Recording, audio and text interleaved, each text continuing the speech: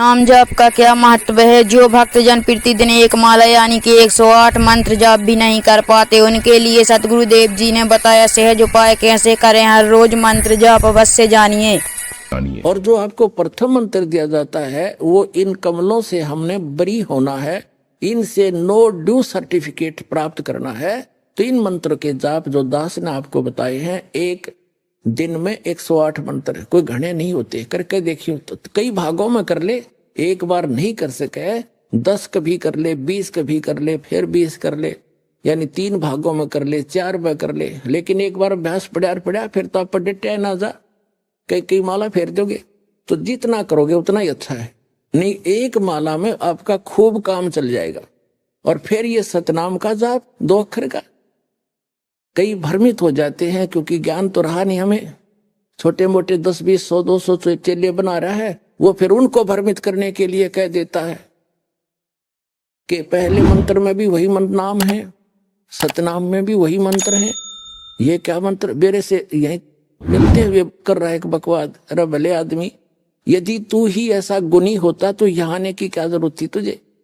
अपन आत्माओं जैसे एक लड़की के पिता का नाम हरि सिंह और पति का नाम हरि सिंह, तो हरि सिंह उस नाम से नहीं, वो किसका मंत्र है। अब जब उसको पूछेगा तू किसकी बेटी है, हरि सिंह की, तो वो कहाँ उसकी सुरती जाएगी अपने पिता पे। और फिर कहेगा, पूछेगा आप किसकी पत्नी हो, हरि सिंह की। वो हरि सिंह कौन और वो हरि सिंह कौन, नाम एक है लेकिन वो व्यक्ति 2 हैं, और उनके गुण और उनके नाते में भी अंतर है। इसी प्रकार जो मंत्र आपको दिए जाते हैं, दास जो मंत्र दे उसने ब्लाइंड फेथ करके देखो, ये प्रमाणित है।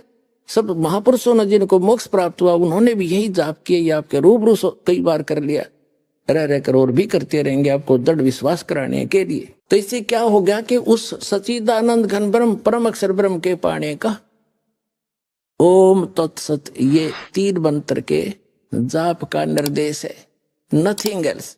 निर्देश का अर्थ है डायरेक्शन, अग्रम अग्रम नहीं, विकल्प नहीं इसका, फिर कोई और मंत्र नहीं है। कबीर परमेश्वर जी की असीम रजा से पुण्यात्माओं, आप ये सत्यनारायण कथा सुनने के लिए उपस्थित हुए। अभी तक हमने जिन भी भगवानों को सत्यनारायण मान करके साधनाएं की, वो हमारी अबोधता थी,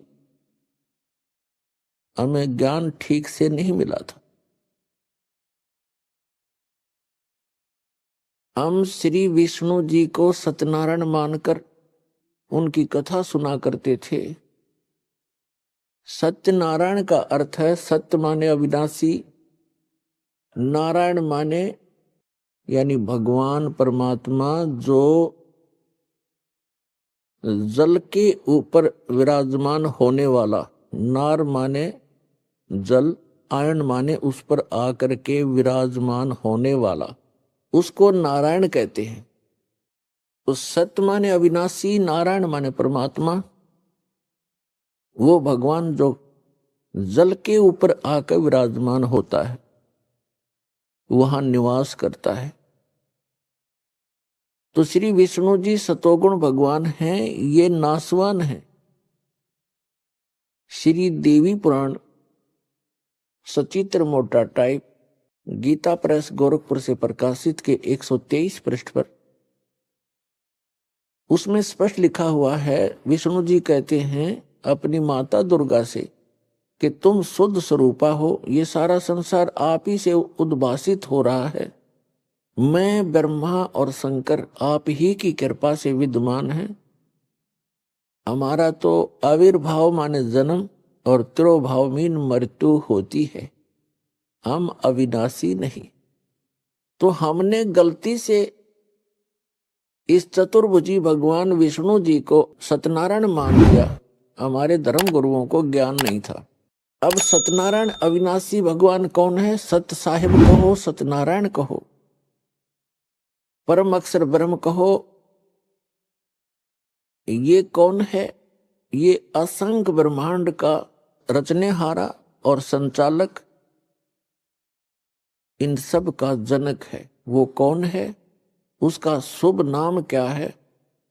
उनका शुभ नाम है बंदी छोड़ कबीर साहेब। कबीर परमेश्वर, सत कबीर यानी सत साहेब। सत साहेब तो उसकी उपमा है, उनका गुण है, और वास्तविक नाम उनका है कबीर परमेश्वर। वो कौन है? जो काशी के अंदर 120 वर्ष तक एक जुलाहे की भूमिका, दानक की भूमिका करते हुए पूरे विश्व को ज्ञान प्रदान किया करते थे। वो परमात्मा सत्यनारायण हैं, सत्य साहेब हैं। पुण्यात्माओं, ये ज्ञान कहां से हुआ कि ये सत्यनारायण है? ये ज्ञान इस दास को कैसे हुआ? परमेश्वर की एक वाणी पढ़ी कबीर भगवान की कि वेद मेरा भेद है, मैं ना वेदन के माही, और जौन वेद से मैं मिलूं ये वेद जानते नहीं।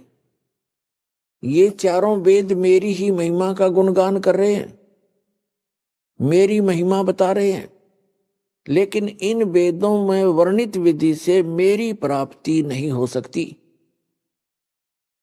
इनसे हटकर एक और वेद है जिसको सूक्ष्म वेद कहते हैं, जिसको तत्व ज्ञान भी कहते हैं।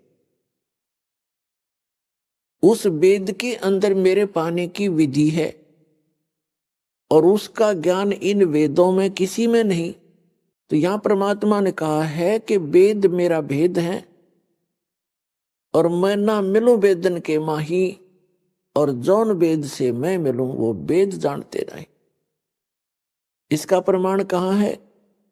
श्रीमद् भगवत गीता अध्याय नंबर 4 के श्लोक नंबर 32 में गीता ज्ञानदाता कहता है कि अर्जुन, जो अभी आपने सुना श्लोक 25 से लेकर 31 तक कि कोई तो देवताओं की पूजा करता है, कोई हठ योग करता है, कोई तीक्ष्ण व्रत रखता है, अहिंसावादी बनकर घूमता है, कोई स्वाध्याय करते रहते हैं, कोई केवल योग अभ्यास करते हैं, कोई प्राणों की श्वासों की गति को आते जाते देखते रहते हैं। ये सभी साधक अपनी साधना को पापनाशक जानते हैं, इसको अच्छा मानते हैं, तभी तो वो कर रहे हैं। जब उनको ज्ञान होगा कि साधना ठीक नहीं है तो तुरंत त्याग देंगे। और चौथे अध्याय के 32वें श्लोक में बताया है कि उस परमेश्वर ने, सच्चिदानंद घन ब्रह्म ने अपने मुख कमल से तत्व ज्ञान बोलकर सुनाया है। वो सच्चिदानंद घन ब्रह्म की वाणी है, वो तत्व ज्ञान है। उसके अंदर ये यज्ञों की जानकारी, यज्ञ माने धार्मिक अनुष्ठानों की जानकारी विस्तार के साथ कही गई है, वो तत्व ज्ञान है। उसको जानने से फिर सभी पापों से मुक्त हो जाता है प्राणी। चौथे अध्याय के 34वें श्लोक में कहा कि उस तत्व ज्ञान को तू तत्वदर्शी संतों के पास जाकर समझ। उनको दंडवत प्रणाम करने से, कपट छोड़कर नम्रतापूर्वक सरलतापूर्वक प्रसन्न करने से वे तत्वदर्शी संत तुझे उस तत्व ज्ञान का उपदेश करेंगे। अब श्रीमद् भगवत गीता जो है वेदों का सारांश है, चारों वेदों का, और बहुत ही निर्णायक ज्ञान है श्रीमद् भगवत गीता के अंदर। अब यजुर्वेद अध्याय नंबर 40 के मंत्र 10 से लेकर 13 में एक विशेष ज्ञान दिया है। वेद ज्ञान दाता कौन है?